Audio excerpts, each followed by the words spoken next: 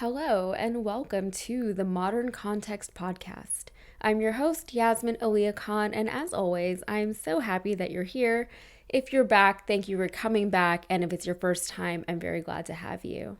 It is the week before Christmas. Actually, by the time this episode comes out, it will just be a few days before Christmas, and I will be busy with family, probably literally baking a kitchen full of cookies like I'm in a Hallmark movie. So, to everyone, Merry Christmas to those who celebrate, Happy Hanukkah to those who celebrate, Happy Kwanzaa to those who celebrate, Good Yule to those who celebrate, and Happy New Year to everyone, because that's a thing that we all have to deal with, whether we're celebrating it or not.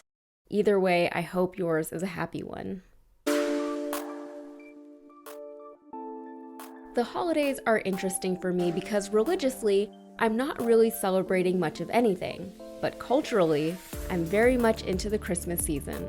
I know that there's always a push to put Christ back in Christmas, but let's be real, it is a cultural celebration. We have time off from work, we're all giving gifts, and we're all going to parties, we're all drinking eggnog and eating cookies, and we're all singing the songs. I grew up in Connecticut where it snows, and it was never lost on me that I was Christmas privileged in that sense, because half of the Christmas songs are really just talking about the winter season. When I moved to Texas, where it only gets wintry if there's a cold front, Christmas lost some of its magic. I have since learned that people down here just pretend. They still sing Frosty the Snowman even though most people down here have never even built a snowman, and they still wear their Christmas sweaters even if it means they have to keep their AC running so that they don't start sweating at the Christmas party. But that's always been fascinating to me, how integrated the winter was within Christmas celebrations. There were always two sides to Christmas, what would come to be known as the more commercial aspect of it, and then there was the Christian aspect of it. Christmas is meant to celebrate the birth of Christ in Bethlehem, but we also decorate pine trees. We also hang wreaths over our doors decorated with holly berries. Then there's all the Santa stuff, which is, in itself, inseparable from the winteriness of the season. And while the season has become shamelessly commercialized, even the more religious aspects of it, Christmas trees and wreaths aren't commercial. They're traditional, they're seasonal, they're natural, they are pre-Christ. Notably, they're not anti-Christ, which is what some of the most extremely devout Christians will try to convince you of, I have learned. These traditional celebrations simply exist alongside the Christian celebrations of Christ. Yes, there can be and often is overlap between the two, but not always. Now, I'm not going to lie, this podcast episode had a few different iterations, or I guess a better way to say it is that it took some twists and turns before it settled into what you're about to listen to. Part of me is honestly physically tired and also emotionally exhausted. So I thought it would be nice to do something a little bit lighter for the holidays. No one wants to be sent off with yet another reminder of all of the horrible things we already can't escape. Then I went to see a comedian the other night. He's from Houston, so he was just doing a few small shows while he was in town, and he said at the top of the show that he had a lot of thoughts and emotions, specifically anger, that he was actively trying to work through. He turned to his chosen artistic and creative outlet, comedy, to do so. Comedy isn't exactly the most angsty of outlets, so he had the added challenge of attempting to be funny and relatable while experiencing extreme heartache. The comedian was Mo Amer. You might know him from his show called Mo on Netflix, which was also filmed in Houston, by the way. You might have seen him on the show Rami on Hulu, or you might have seen one of his several Netflix stand-up specials.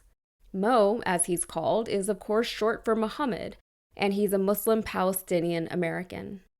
And look, however you feel about what's going on in Gaza right now is how you're going to feel about it at this point. Not that people can't change their minds about things, and not that people's feelings about situations can't change, especially when they're presented with new information, but this thing has been going on for nearly 3 months now. We've all been consuming the content because it's there for us to consume, and most of us have made up our minds about what's happening, why it's happening, and the things we're willing to tolerate and or excuse. It's inescapable. But for a Palestinian American to see what's happening to his home, to a place where he still has family, to a place that he can't return, It's practically impossible not to feel heartache with him as he stands there on a stage, attempting to wrap his head and his heart around everything. And he still has a job to do. He's still supposed to make me, his audience member, laugh. And for the record, he did. It was a great show. I laughed quite a bit, but I also felt like crying at some points. So yes, we would all love a break for the holidays from the horrors of the world, but that's such a privileged position to be in. Are we as Americans meant to just feel guilt all the time? Is balance between empathy and life even achievable? Will there ever be a time when we are not mourning something or someone? Anyway, all of this was in my head as I was perhaps selfishly attempting to come up with a lighthearted podcast topic for the Christmas episode. And to be fair, this is a lighter episode than I'd normally put together. It's a little bit more casual, a little bit more chatty. But as I explored different trains of thoughts and potential angles for this episode, I kept running into one thing, one wall. And it's something that we hear a lot about at this time of year: belief. This came up as I was exploring the birth of Christ in Bethlehem, which is, by the way, in Palestine and is not celebrating Christmas this year. It came up when I was exploring the Norse celebrations of Yule and the Roman celebrations of Saturnalia. It came up when I thought about how and why all of these traditions came together to comprise our modern celebrations during this time of year. And it came up when I read about how some groups don't like that their celebrations have become muddled and diluted in their opinions with these other ones. So then I started thinking about that John Mayer song, Belief. Now, before I lose you, I know that people have very strong opinions about John Mayer, but I promise this is all relevant, and I promise this will not turn into a full analysis of John Mayer's work. Fun fact though, he and I are from the same hometown. The song Belief was on the Continuum album, which was released in 2006, just a few months after I had graduated from high school, right as I was starting college. We were officially in the post-9/11 era, and President George W. Bush had invaded Iraq with weak justifications for doing so. At the time, social media was barely a thing, so we weren't really quite as inundated with information, or misinformation, or disinformation as we are today. We were told what we were told by our government and the media, and there were much fewer outlets for discussion, debate, or understanding. And there was confusion around what had happened. We all knew that we had been attacked, but most Americans had no idea why. We couldn't understand why anyone would attack us while we were just over here minding our own business. That's how ignorant we were about the United States' overseas imperial operations. We're much more educated now, and looking back, we have a better understanding of why that post-9/11 era looked like it did. We look back and we recognize the government propaganda for what it was. We see how our emotions, specifically our fears and our insecurities, were manipulated opportunistically.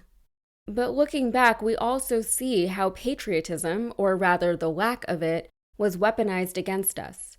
Even just questioning, let alone criticizing the actions of our government was seen as unpatriotic. And trust me, there were plenty of questions to be had, even back then, even for me who was just in the 8th grade at the time of the attacks. We were told one thing, and then we were told another, as if the two things were related. And then we were left on our own to fill in whatever gaps naturally existed in the so-called logic. At other times, we were outright lied to by prominent government and military officials. And yes, people were incredibly critical of President Bush and his administration. He was a president who many people thought shouldn't have even been president in the first place, considering the controversial way in which he won the election. But there was still reluctance to criticize him too openly because, as Americans, there was a desire to come together as a nation, in solidarity, in grief. Countless books and investigative reports and think pieces have been written about the post-9/11 era, not just on the actual geopolitics surrounding it, but on the impacts it had to the American culture and the American psyche. It will likely continue to be discussed as more and more details about the attacks and the military operations that followed continue to be released to the public even decades later. So in 2006, John Mayer released Continuum, an album that many people consider to be his best album to date.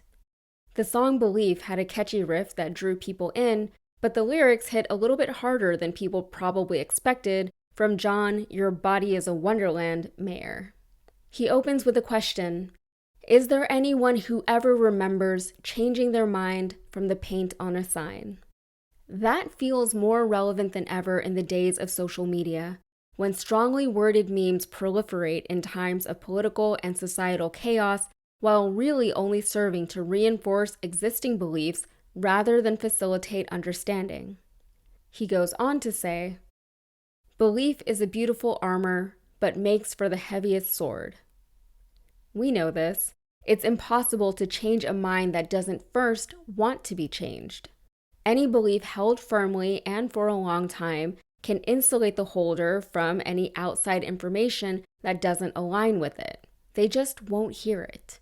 Or if they do hear it, it won't register as true or important information to them. In order to hold a belief, you have to assume that belief to be true. You can't hold a belief while acknowledging the things that disprove or contradict it.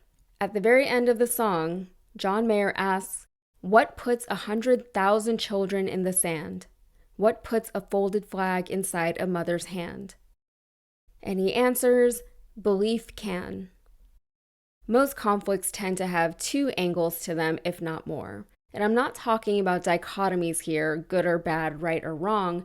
I'm not talking about sides, I'm talking about angles. There's usually a strategic angle, which tends to be the actual reason behind government actions. And then there's the belief-based angle, which is typically what's used to sell an idea to the public to garner support. These can be things like ideologies, like patriotism or nationalism, for example, or values like freedom. It can be subtle religious alignments, which can manifest as the othering of an opposing group. The less someone looks like you, the easier it is for you to think of them as actually less than you. The less another culture reflects your own, the easier it is for you to make assumptions about them that may not be the most flattering. If belief is there, you can convince yourself that a cause is worth dying for. You can convince yourself that human lives are simply casualties of war. You can choose to believe that you're on the side of good and that everyone who doesn't believe the same things as you is on the side of evil. If you can convince yourself that someone is evil or in any way a threat to you, you instantly have less empathy for them and ascribe less humanity to them. But even the highest stakes start to feel dumb after a while. Even the biggest wars and battles eventually make you question, why are we even doing this anymore? What would happen if we just stopped? And yes, I know, war and conflict is all very big brain stuff, but let's think about it this way. Have you all seen the show Succession on HBO? I remember starting to watch it and I didn't realize that it was meant to be a comedy drama. I thought it was just a drama, so when I first watched it, I watched it as a drama. But I kept laughing at the characters, not with them, at them. The funniest thing about the show was how seriously everyone took themselves, but as you're watching, it doesn't take long to figure out the thing that would finally be spoken aloud in the fourth and final season: they are not serious people. As the stakes become ever greater and ever steeper, as space travel gets roped in, as the American president gets involved, as the very idea and foundation of American democracy is directly threatened, you as the viewer begin to wonder, why are they doing any of this? Their incessant scheming becomes tired. Their weak values and non-existent morals make them utterly unimpressive as people. Even their collective business acumen and so-called expertise is laughable. The Roy children are all desperate for this CEO position to the point that they're willing to be the absolute worst versions of themselves.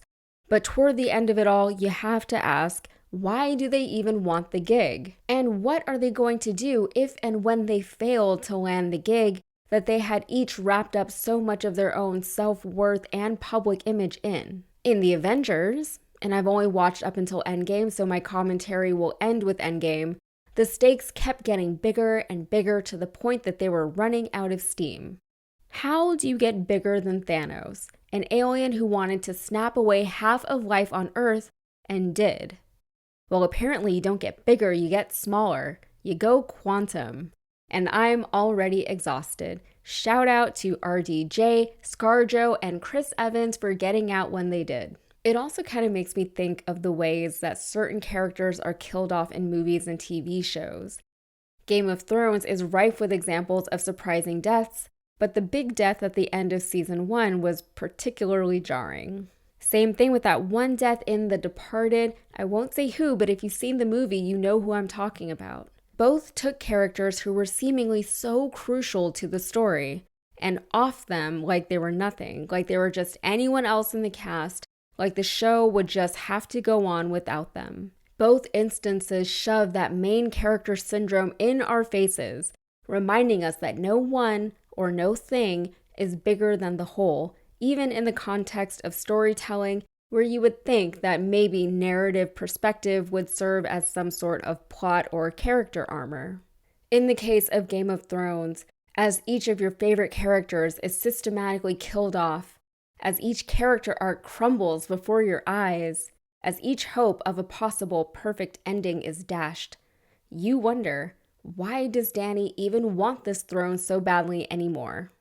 Maybe it's somehow better that Jon got brought all the way back from the dead just to go all the way back to the wall. Maybe it's somehow better that Jaime just gave up several seasons worth of personal growth just to get crushed to death alongside his horrible sister. And what's more upsetting than everything I just mentioned is that Game of Thrones was based on real-life events. It was based on the War of the Roses, something that happened so long ago that its significance is lost on today's modern world. It happened in a different world, a world that no longer exists. Was it worth it?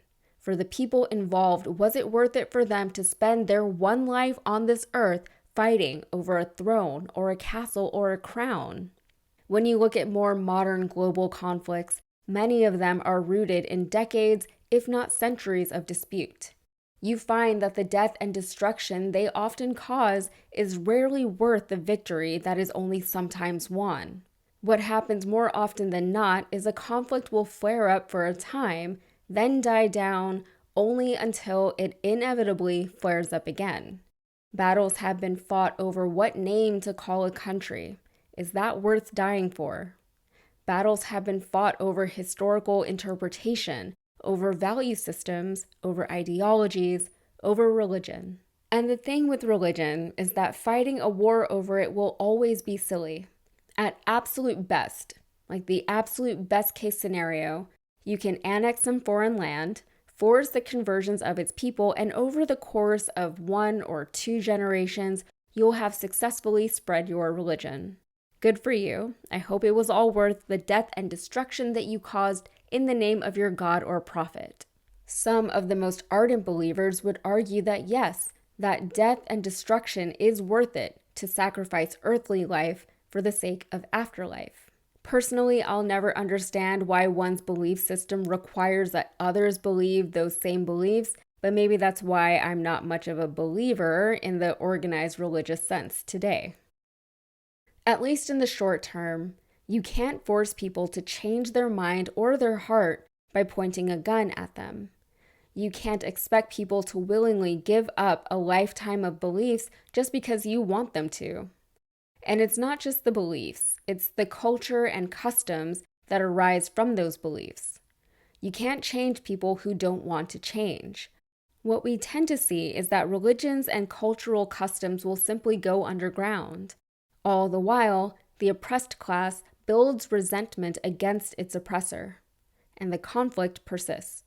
And honestly, it's weird when people want to change people. Usually they'll tell you it's because they want to save souls or whatever. I'd say that, yeah, most of the time they probably do believe that they're doing the Lord's work, whichever Lord they've chosen to identify and serve, by saving souls, however they believe souls are saved. Another problem that comes up surrounding belief is the question of authority. When I was just trying to do some very basic research regarding the different celebrations that take place around the winter solstice, I kept landing on Christian sources. The problem with the Christian sources was that they would often say something very different from what all the other non-Christian sources were saying. More than a few times, the Christian content was presented in such a way that it was debunking the secular idea or contesting the secular version of history. But to do all of this debunking and contesting, they kept referring back to a singular piece of source material, the only piece of source material that they seemed to deem relevant or necessary. The trouble with that particular source is that the rest of the world, the non-Christian and/or secular world, doesn't recognize its authority, validity, or veracity as a historical source. It's like trying to convince an atheist that Jesus is king by quoting the Bible at them. The point will simply not be taken or even deemed credible. People can earn entire degrees by studying this one book. People dedicate their lives to reading this one book. I have a literature degree. I've read a lot of the Bible. I had to know the Bible. Take it from me, if you're a lit major who doesn't know the Bible, you're going to have a hard time. Half of the references made by these authors in these works that you read go all the way back to the Bible. And as a piece of literature, it's great. As a moral guide for life, some parts of it are great. I actually took a course back in college, it was a seminar, where we studied the Bible as literature. The professor was a Hebrew scholar, and in the very first class, he went over the syllabus. The first lesson, he said, would be discussing who wrote the Bible. I wasn't even a Christian, but it had never occurred to me to really sit down and think about who sat there and physically wrote or compiled the book itself. The professor asked us all to go around the room and tell him why we decided to enroll in the course. It was a seminar, so there were only maybe 10 of us or so. One girl confessed that she was a very devout Christian and that she was challenging her own personal boundaries and beliefs by enrolling in the class. She admitted that just looking at the syllabus was difficult for her, but she was willing to give it a shot. Before we met again for the second class, she had dropped the course. Why should it have been difficult for her to have her beliefs challenged if she believed them to be true? If she believed them to be the truth, as opposed to just her truth, then she shouldn't have been afraid of the challenge. But what I've found, completely anecdotally, is that people would prefer comfort to discomfort. Let's say she had stayed in the course and by the end of it, maybe she started thinking about the Bible or religion differently. And by the way, just to clarify, the course wasn't intentionally anti-religion. College courses aren't like what they're portrayed as in that super Christian Kevin Sorbo movie. So let's say she just started exploring different possibilities about life, her place in the world, and her beliefs. She'd probably have to change quite a bit about her own life. Having only briefly met the girl over 10 years ago, I don't know how deeply enmeshed her religion was in her waking life, but from what she described in class that day, she probably was very involved in her church. Her family life probably centered around religion. Maybe she had a very devout boyfriend or a very devout friend group. She'd have to make some major adjustments in her life that perhaps she wasn't ready or willing to make. Beyond that, though, she would have risked becoming extremely uncomfortable in her own skin, in her own mind, in this world. Beliefs, whether religious or otherwise, grant us a feeling of safety and security, of familiarity and comfort. Through the lens of our beliefs, we can see and understand the world. They help to frame and contextualize a world that is utterly and incomprehensibly immense. Without them, we are free-falling through time and space, lost without purpose, place, or prerogative. We are no longer special or chosen. We are no longer crusaders or proselytizers. We are no longer good while everyone else is bad. We just are. And perhaps there's freedom in that. I'll leave you with a quote from a song from the Broadway musical Spring Awakening. As the children awaken into adulthood, riddled with religious guilt and floundering without sufficient guidance from their parents, school teachers, or their church elders, the children sing, "I believe all will be forgiven. there is love in heaven. All right, that is it for episode 10 of the Modern Context podcast. We have made it to the double digits. I really hope you all have a lovely holiday season however you do or don't celebrate. And I really hope that we all have a better 2024 than, the past few years, whatever that would even look like. Anyway, until next time, we would love to hear from you. Please reach out to the show at hello@modconpod.com with any suggestions or questions you might have for us. Also, don't forget to follow and subscribe to the show wherever you get your podcasts. Find us on YouTube and tell your friends about us. And of course, thank you all for listening. Happy holidays, and I can't wait to see y'all next time. Cheers. Modern Context is a Rabble Babble production, produced by Brandon Morgan and recorded live in Houston, Texas. For Modern Context, I'm your writer and host, Yasmin Aaliyah Khan.